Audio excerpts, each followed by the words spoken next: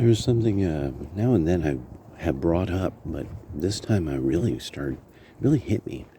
I'm like, yeah, this is kind of now that Sinwar is dead, now that actually there's a confrontation going on, that Islam itself is confronting these newer schools of Islam that have introduced the modern jihad. It's like, well, you can't really have a caliphate until you have something that's a little more like an old-fashioned way of doing business, that it's like you have to trade.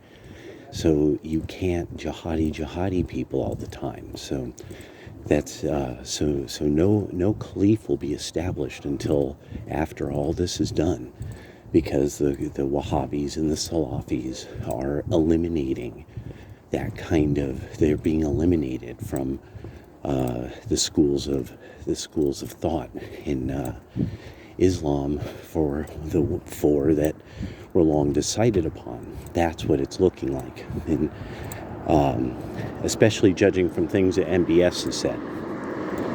So I started thinking, got to go to the carotid about all this stuff. And so one of the things that you'll see is, if you look at sort of the feminist movement, women becoming more and more left in their voting patterns, and then approaching it as, and here's an interesting thing, testosterone is a performance enhancing drug in almost all realms of human performance when it's naturally occurring. When it naturally rises and a person trains both their mind and their body hard, they get kind of this permanent sort of like level up, or level that they achieve, and it sort of, there's kind of this operating level that they could be at for many years, sometimes decades, that they could kind of hit a switch, and they start going at military at that pace, especially if they keep up with it. That we know a lot about what happens if a man keeps up on his training. We know a lot about if a woman keeps up on physical training. That magnanimity, the human just keeps kind of getting better until they get to kind of a general best, and then it's just managing this. And this really happens after, your late teens, because everything has to kind of come together for a person in their mind, and they have to have time in their body. Well, so what's interesting is now the MGTOW and Manosphere world embracing physical culture, another generation understanding the power of the kettlebell and the club bell and the mace, wrestling, all that wonderful stuff, martial arts. It's worked, like my mission in that way is kind of complete.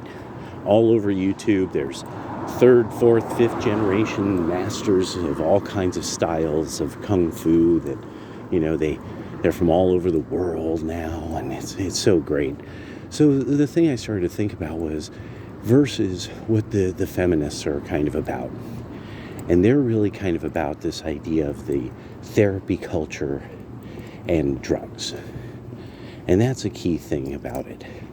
And a lot of the kind of the manosphere has to take this on about why were young men for now generations that it was perfectly acceptable to put young men on drugs to get through middle school, high school, primary school.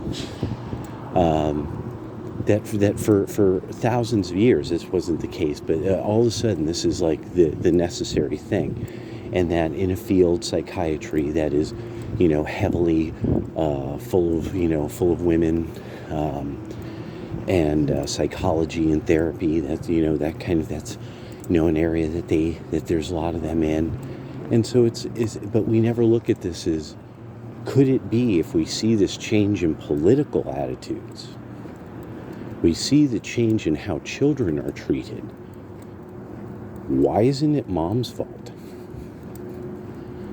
Those words are verboten.